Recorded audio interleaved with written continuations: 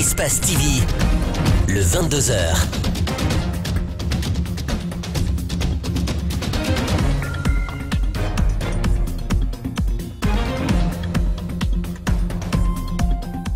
Bonsoir à tous, merci de nous choisir pour vous informer et bienvenue dans cette grande édition d'information. Tout de suite, les titres. Ce mercredi débute la première nuit impaire des 10 derniers jours du Ramadan dans le rite musulman. Laylatul Qadr recèle une symbolique à suivre dès le début de ce journal. Le reportage de Mariam Nabé et Mamadou Souma sur l'importance capitale de la nuit du destin.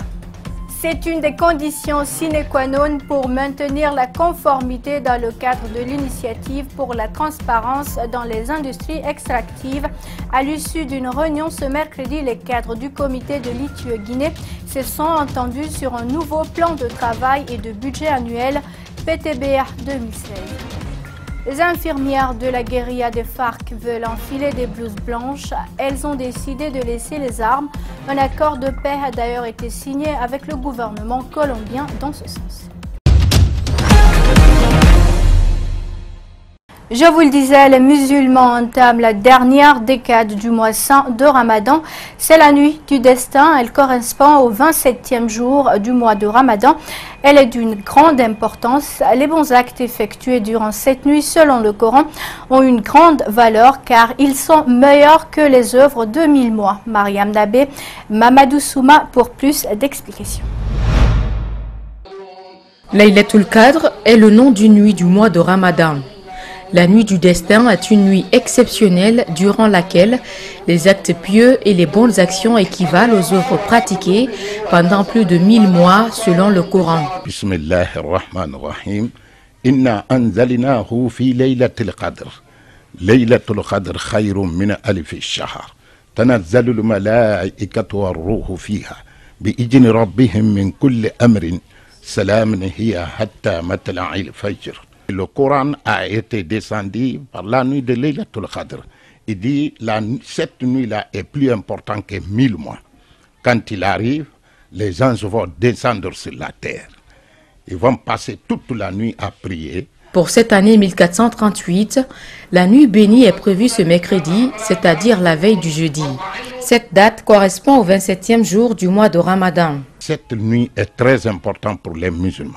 C'est-à-dire quand tu fais ta prière dans cette nuit, ou bien tu fais le sacrifice dans cette nuit, ou bien tu pries pour tes parents dans cette nuit, ou tu pries pour ta mère, pour ton père qui ont été décédés par cette nuit, ça sera comme tu l'as fait pendant 80 ans sans cesse. La récompense de cette nuit peut être obtenue par ceux aussi qui ne sont pas à mesure d'aller à la mosquée ou de prier. Quand la femme, par exemple, est en règle, elle ne doit pas rentrer dans la mosquée. Mais elle peut être autour de la mosquée pour entendre ce que les imams disent, pour aussi veiller. Parce que même si elle n'a pas prié, mais quand elle veille à cause de la nuit, elle va voir ce que les gens ont vu, qu'ils ont prié. L'invocation que le prophète Mohammed, paix et salut sur lui, faisait le plus souvent pendant et en dehors du Ramadan était Rabbana atina fi dunya hasana wa fil akhirati hasana wa qina azaban nar. Ce qui signifie notre Seigneur, accorde-nous une grâce durant la vie d'ici-bas, une grâce dans l'au-delà et préserve-nous du supplice du feu. Les cadres du comité de l'ITIE-Guinée étaient en réunion ce mercredi, réunion au cours de laquelle un nouveau plan de travail et de budget annuel PTBA 2016 a été adopté. C'est une des conditions essentielles pour maintenir la Guinée dans la conformité dans le cadre de l'initiative de transparence dans les industries extractives. Les explications de Mohamed Valek Touré et de Yacouba Traoré. Ce cadre de concertation de l'ITIE-Guinée vise à adopter un programme de travail et un budget pour l'année 2017-2018. Ce rapport, soumis à l'étude des membres du comité de pilotage, devra aussi subir une série d'amendements avant son adoption. C'est une des exigences de l'ITIE. Ce rapport, nous devons l'envoyer au comité international de l'ITIE pour savoir que nous avons inscrit des activités pour la période 2017-2018 et qui concerne naturellement les activités antérieures de 2015-2016. Le comité de pilotage a, au cours de l'année 2016, tenu des réunions qui ont porté sur des points comme l'adoption de la liste des recommandations du comité, l'état d'avancement des préparatifs pour la réalisation des rapports ITIE Guinée 2014-2015. Le comité a tout de même participé à la réunion consultative sur l'harmonisation des régimes de fiscalité du secteur minier artisanal des États membres de l'Union du fleuve Mano. Personnellement, je suis allé à la rencontre d'Abidjan où tous les comités ITIE des pays africains étaient réunis pour discuter des nouvelles normes de l'ITIE et avoir un partage d'expérience et aussi veiller à ce que les normes soient à la fois uniformes et stabilisées. Le comité s'attelle désormais à créer les conditions de mise en œuvre de ce programme pour respecter les délais requis par les exigences extérieures dans le but d'atteindre les objectifs contenus dans son PTBA. Et puis les travaux de rédaction du manuel de procédure de la Direction nationale des impôts ont été lancés ce mercredi. Ils devront permettre le renforcement de capacité des agents, notamment leur rôle pour le bon fonctionnement de l'administration fiscale. Abdourahmane Ba, Abou Koria Kourma. Après le diagnostic tiré par la Direction nationale des impôts sur les problèmes qui assaillent l'administration fiscale guinéenne, la formation du service fiscal guinéen devient indispensable pour la bonne exécution des tâches par les agents fiscaux sur le terrain. Une priorité que se fixe la DNI, vu la place qu'occupe le service des impôts dans la mobilisation de la recette fiscale, la plus grande ressource financière d'un État. Les administrations comme les impôts qui constituent l'épicentre de mobilisation active des recettes, nous devrons savoir quel doit être notre rôle dans ce système économique et quel rôle chaque agent doit jouer pour permettre aux contribuables de nous faire confiance, mais aussi d'établir un partenariat fécond entre nous.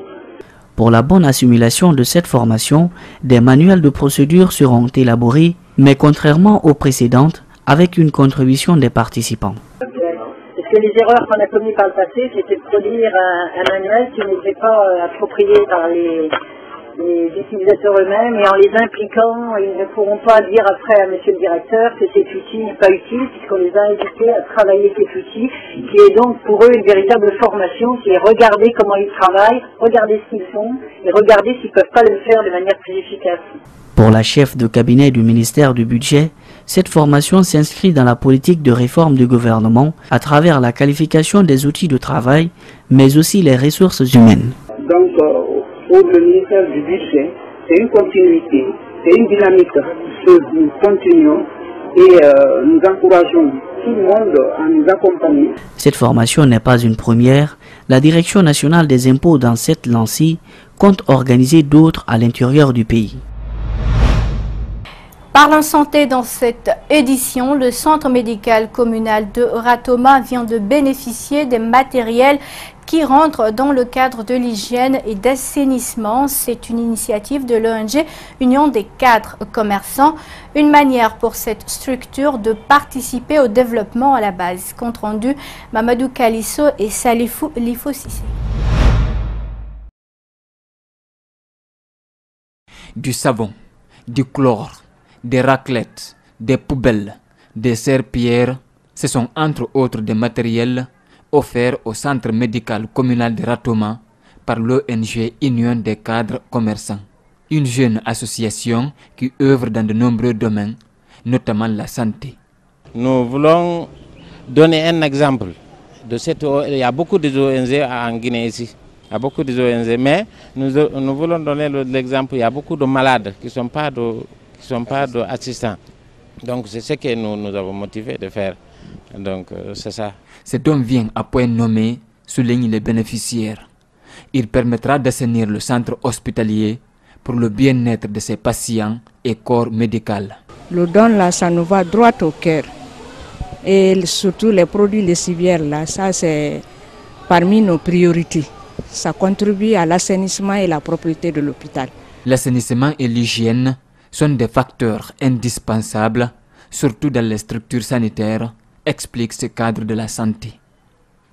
Les responsables du CMC de Ratoma remercient les donateurs et encouragent d'autres ONG à en faire autant. Le don de l'ONG est une solution immédiate face à un besoin d'urgence. Le problème d'hygiène et de salubrité, d'assainissement, c'est un problème de tous les jours. Naturellement, nous en ferons bon usage dans l'intérêt exclusif des bénéficiaires. L'Union des cadres commerçants a également offert des enveloppes symboliques à quelques patients. Restons dans ce domaine, une équipe médicale de la République islamique d'Iran séjourne depuis ce lundi à Conakry. Au nombre de 18, ces médecins sont venus joindre leur expertise à celle des médecins guinéens pour consulter gratuitement des patients n'ayant pas les moyens. Cette initiative est de l'ambassade d'Iran en collaboration avec la fondation Prosmi. Comment la consultation se passe au CHU Ignace-Dine et Donka? La première dame et le premier ministre s'y sont rendus pour s'enquérir des réalités. Malik Gana Kamara et Abdoulaye Kamara signent ce reportage. Suivez. Devant les salles de consultation, des patients en file. Ils sont venus passer des examens, déterminer la cause de leur pathologie. Cette consultation gratuite est rendue possible grâce à la fondation de la première dame Adja Diané Kaba et l'ambassadeur iranien pour assister les personnes démunies dans le domaine sanitaire. Je salue l'engagement des médecins guinéens qui ont pris en cette période de Ramadan, à l'instar des Iraniens qui sont venus de loin aussi, c'est des musulmans pendant ce mois de Ramadan, venir prêter main forte à nos équipes médicales pour travailler ensemble au profit des populations guinéennes. Par jour, l'équipe Médecins sans frontières d'Iran peut consulter une centaine de patients. Les différents services de l'hôpital Ignace-Dine sont visités par la première dame et le chef du gouvernement pour faire le constat. Le constat révèle que les conditions de travail du corps médical guinéen restent un manque à gagner. Vraiment, le manque de moyens criards de l'hôpital Ignace-Dine n'est plus à démontrer. Et c'est pour ça ce matin, je me suis fait accompagner par le chef du gouvernement, le Premier ministre, afin qu'il voit les difficultés dans lesquelles évolue l'hôpital Ignace-Dine. Ils sont nombreux ces malades. La première dame lance l'appel pour la discipline afin que les consultations se terminent dans les meilleures conditions. Les consultations sont gratuites, mais ce que nous leur demandons, c'est la discipline. De l'hôpital Ignace-Dine, nous partons à Donka. Sur le lit, le petit Mamadi, âgé seulement de 2 mois, il souffre de lithiose. Une occasion pour ses parents de faire son bilan. C'est une maladie congénitale liée aux parents. Et cet enfant en est aujourd'hui victime. Cette consultation gratuite de l'équipe iranienne dans plus de 10 domaines prendra fin le 24 juin prochain. Autre chose dans cette édition, un cadre de concertation s'est ouvert cette semaine sur le comportement de vie saine. L'objectif pour le gouvernorat de la ville de Conakry, qui en est l'initiateur, est de parvenir à une amélioration personnelle et de son environnement, un programme qu'il compte rendre effectif dans les jours à venir. Reportage Djibril Ba, Amar Alex Silla. Il s'agit d'un échange qui met en relief l'importance de la vie saine, puis expliquer aux populations les mécanismes sur l'amélioration personnelle et de son milieu. Pour cela, les conférenciers estiment qu'il est urgent de mettre en pratique des expériences pour le bien-être des citoyens. Si nous sommes là, c'est de les conscientiser. Il faut qu'ils comprennent que la vie ne s'arrête pas ici. Il faut que les choses soient claires. Les choses ne seront pas claires tant que tu n'es pas dans un cadre là où tu peux parler, là où tu te sens responsable même. Des pères éducateurs seront mis dans ce contexte à la disposition des 5 communes de la capitale. L'initiative est approuvée par ces jeunes venus écouter religieusement et acquérir des notions sur la vie saine. Il faut qu'on puisse se défendre. Chaque fois on dit c'est l'État. Mais si tu vois que l'État a gagné quelque chose sur nous aujourd'hui, parce qu'on n'est pas informé. Échanger avec la population sur des comportements de vie saine, une première pour le gouvernement de la ville de Conakry. La mission pourra peut-être inverser la tendance et faire profiter des vertus de la santé. Un contentieux qui date de 2 décennies vire à un déguerpissement ce mercredi à Imbaya, dans la commune de Matoto. Le défunt propriétaire avait déjà vendu son domaine à en croire un huissier de justice. Celui qui logeait dans la maison n'a pas voulu libérer les lieux. C'est ainsi qu'une décision judiciaire a contraint la famille à quitter de force. Mamadou Sadio Baldé, Alseni Camara pour le constat. Le contentieux remonte à 1992. Le propriétaire Ismaël Camara décide de vendre son terrain à Ibrahima Duplex Camara, ancien préfet de Fria. Le marché n'a pas été concluant. La même offre est faite à Barroso Bangoura qui lui achète les lieux. Le temps passe, Ismaël Camara décède et la confusion commence. Barroso Bangoura qui a acheté les lieux. Comme l'autre était Duplex était locataire dans la maison, bon, on lui a demandé de sortir. Le propriétaire, l'acheteur, l'acquéreur a demandé de libérer les lieux. Mais puisqu'ils ont duré ici, alors il se fait passer pour le véritable propriétaire des lieux. Les tribunaux sont saisis, la bataille judiciaire engagée, Bangoura est déclaré vainqueur, sauf que la famille d'Ibrahima Duplex Camara ne veut pas se plier au verdict rendu. Le contentieux est passé du tribunal de première instance de Mafanko, la cour d'appel, la cour suprême. Et partout, M. Barroso a gagné. Nous les avons mis en demeure de libérer plusieurs fois. Un commandement de quitter, de libérer. Itératif commandement de quitter, de libérer. Ultime commandement de quitter, de libérer. Mais ils se sont exécutés. Qu'est-ce que vous voulez? Il faut qu'on choisisse entre l'ordre et le désordre dans ce pays. Plus de 20 personnes vivaient ici, nous apprend-on. Le dernier fils d'Ibrahima Duplex Camara ne maîtrise pas les contours du contentieux. Il est certain d'une chose, ils sont mis au dehors sans résistance. Moi, je ne peux pas expliquer profondément le problème. C'est ma soeur qui s'en occupe le problème. Nous, on les a vus seulement à 6 h du matin, venir nous expulser. C'est le mois de Ramadan et le début de l'hivernage à Conakry. Mais la décision judiciaire s'exécute sans trop de peine. Mais nous ne sommes pas fous de venir sortir des familles dans une maison si nous ne sommes pas sûrs que la décision est effectivement définitive. D'ailleurs, le procureur ne signera jamais de réquisition s'il n'est pas sûr que tous les actes de procédure ont été accomplis. En région Kamsar, une ville à 2 visages, si les citoyens de la cité peuvent ouvrir le robinet pour avoir l'eau potable, allumer la télévision, à Kassangoni en quartier, c'est le contraire. Femmes et enfants sont obligés de faire 20 à 30 minutes de marche pour avoir de l'eau. L'électricité y est rare et les routes sont impraticables. C'est un récit d'Alseni Bari et de Amara Alex Silla. Commençons notre visite par la cité, un lieu habité par la plupart des travailleurs de la CBG. Ici, l'eau coule à flot, électricité permanente, route en bon état. Par endroits, on aperçoit des agents de sécurité. La réalité est tout autre, à l'autre bout de la ville, au quartier Kassongoni. Ici, aucune trace de goudron, électricité rare. Puis, les habitants parcourent plusieurs mètres, soit 30 minutes pour s'approvisionner en eau potable. Chaque matin à 5 h, on vient nous réveiller pour puiser de l'eau. Ça trouve que nous-mêmes, on n'a pas commencé. Ceux qui viennent de très loin. Kassongoni, là-bas, la mer qui est là-bas. Les gens viennent aussi de Kaliéré, de l'autre côté. Nous souffrons. Ils viennent alors que nous-mêmes, on n'a même pas à boire. C'est ici que tout le monde s'approvisionne. Il arrive des fois où il y a une longue file d'attente. Une même ville, mais 2 réalités différentes. À la cité, le football et le basketball sont pratiqués à merveille. À Kassongoni, le terrain est une ruine. Les citoyens l'ont même transformé en dépotoir. C'est un peu humiliant quand même. Vis-à-vis le nom de Kamsar, son nom c'est-à-dire à l'extérieur de son agglomération, par rapport à ce qu'on voit ici. Nous sommes au XXIe siècle. Nous sommes dans un monde moderne. Pour que l'homme vive bien, il faut absolument avoir le courant et l'eau. Donc si on voit que ça, le monde est obtenu de courant et l'eau, donc moi, Je qualifie ça, c'est pas une vie normale.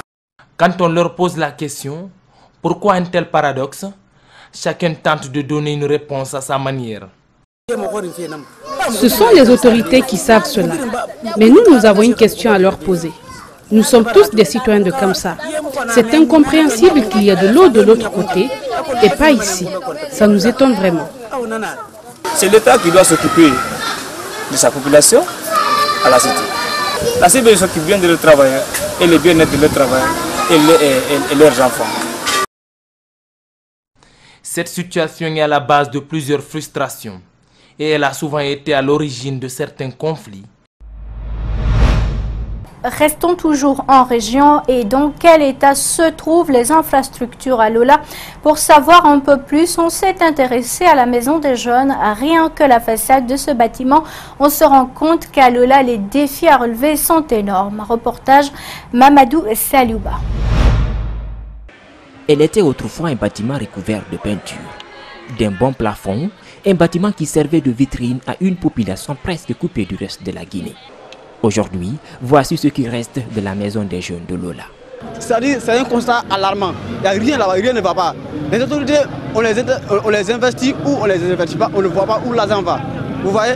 Aussi imaginaire que cela puisse paraître, le bâtiment abrite aussi le SECOJ, la justice de paix, la DPJ, preuve que le manque d'infrastructures à Lola est presque à son comble.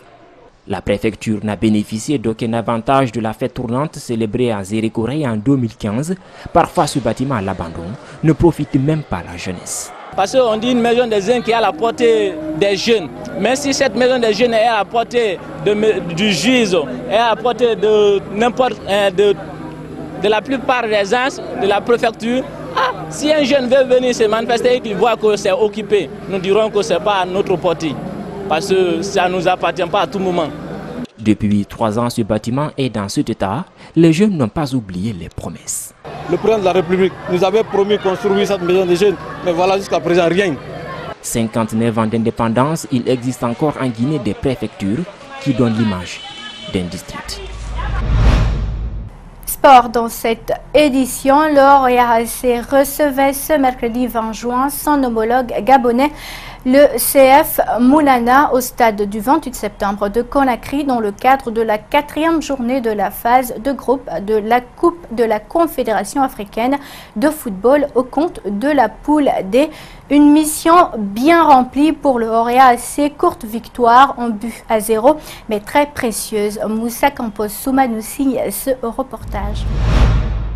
Si l'adversaire du ORAC, le Moulana, a tenu en échec le club guinéen pendant la première période 0-0, c'est au cours de la seconde partie que les hommes de Victor Zunka ont fait l'essentiel en ouvrant le score suite à un missile de Sekou Amadou Kamara à la 78e minute grâce à un travail remarquable d'Okasei Mandela. Le club football de Moulana a tout fait pour revenir à la hauteur du Horea Athletic Club de Matam qui était bien en place durant toute la rencontre. C'est sur ce score d'1-0 que le ORAC obtient ses 8 points devant les Gabonais du Moulana Club Football et du coup, il profite du match nul Super Sport United et TP Mazembe au stadium de Pretoria 0-0 et s'empare de la tête de cette poule D. En fin de compte, gagner 1-0, je pense que c'est pas payé pour nous.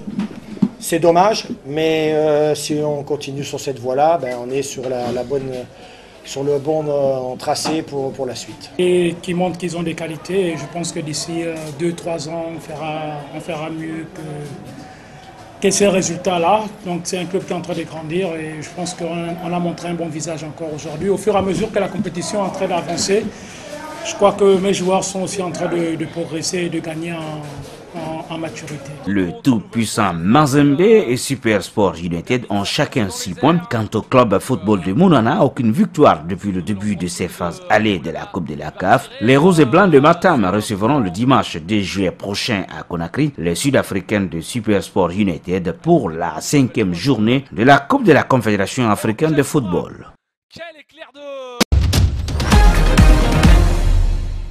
Et c'est tout pour cette grande édition d'information à tous. Merci de l'avoir suivi. Merci également à l'équipe de la rédaction ainsi qu'à celle technique. Surtout, restez avec nous. Nos programmes continuent sur Espace TV et passez une excellente soirée où que vous soyez. Au revoir.